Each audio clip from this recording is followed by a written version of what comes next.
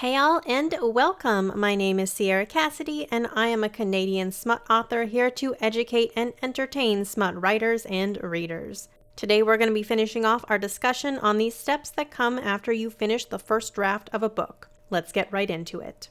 Phase 3, line edits. Line editing is going to focus more on the flow of the story, your sentence structure, making sure that everything is clear and concise, and making sure that character voice is intact throughout the story. At this point, you may choose to hire a professional line editor, you may work with a critique partner, or you may attempt to go it alone and improve your line editing by yourself. Line editing is one of my favorite parts of the editing process, so you can expect a lot of tips and tricks coming your way in future videos. At this point in the process, all of your foundational layers, i.e. plot, pacing, world building, characters, etc., need to be solid. Do not move on to the line editing phase if there is still work to be done on any of those. While you can focus on grammar and punctuation at this point, it is not the main focus of line editing. Here is where you are going to be trimming out your repetitive language, your filler and filter words,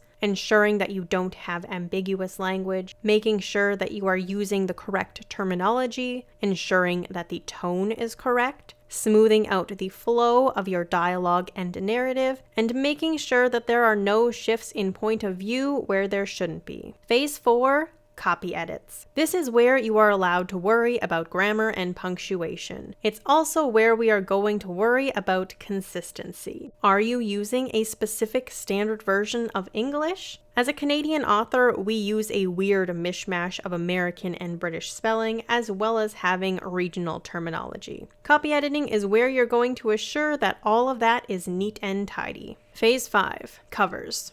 You probably want your cover in hand before the proofreading rolls around. You can certainly get it earlier than this phase, but you don't want to wait until after.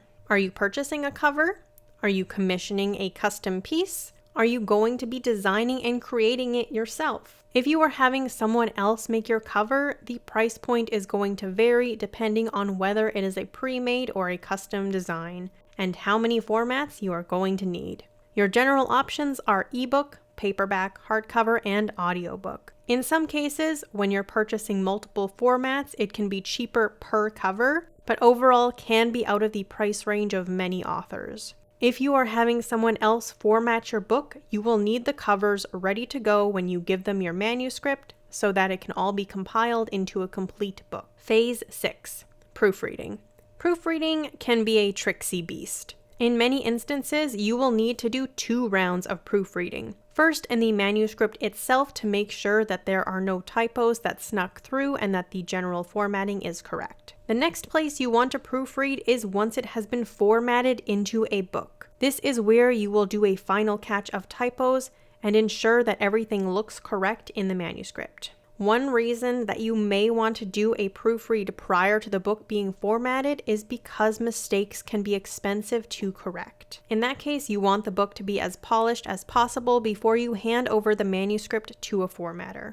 Phase 7, choosing a release date. This is another thing you can certainly choose earlier in the process. The perk of waiting until this point is that it should be a pretty stress-free release since a huge chunk of the work is already done. If you're watching this and you haven't yet finished your first draft, try not to choose a release date, or at least not to announce it, until you're somewhat sure how long the process is going to take. After you've completed developmental edits is a great time to announce because the phases after that tend not to take as long. Do your research for when a good time to release is. Some months are more popular than others for specific genres or subgenres, like February for romance and October for horror and monster romance. Also research when a bad time to release is. Try to avoid most holidays because people are unlikely to be home reading. Phase 8, pre-sale. The pre-sale period is when your book is available for pre-order through your chosen retailers. How long this period lasts is entirely up to you. The maximum allowable pre-sale on Amazon is 1 year. If the pre-sale is for a standalone or the first book in a series,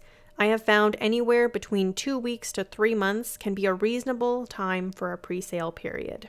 It's enough to generate interest, but not so long that people are going to forget your book entirely if you're not actively marketing that entire time. If you're writing subsequent books in a series and you aren't afraid to test fate, then that 1-year pre-sale can be a great way to get sales from people coming off of finishing the book before the one that you're working on. Phase 9, ARCs.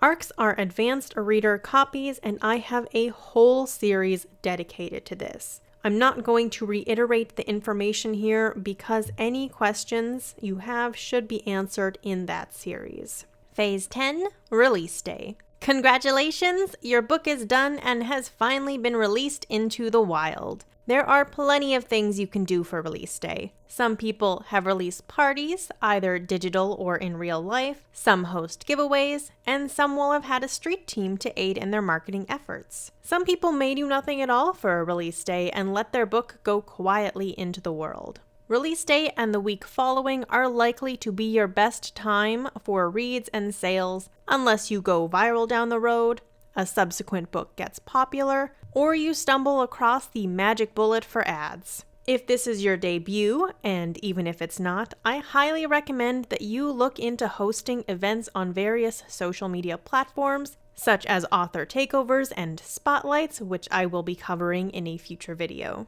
Get people excited about your work, host a giveaway, post some games.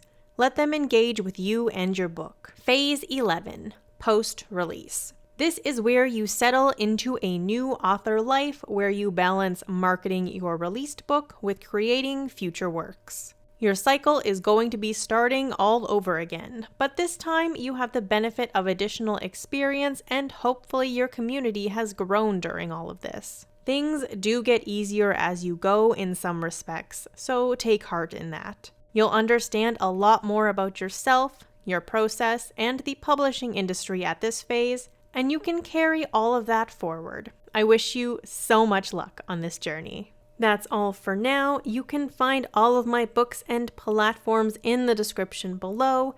If you have questions or suggestions for future episodes, please do let me know. And if you'd like early access to these videos, you can join my Patreon where I share them with people as soon as they're ready to roll. Thank you so much for listening, and I'll see you soon for another episode. Bye!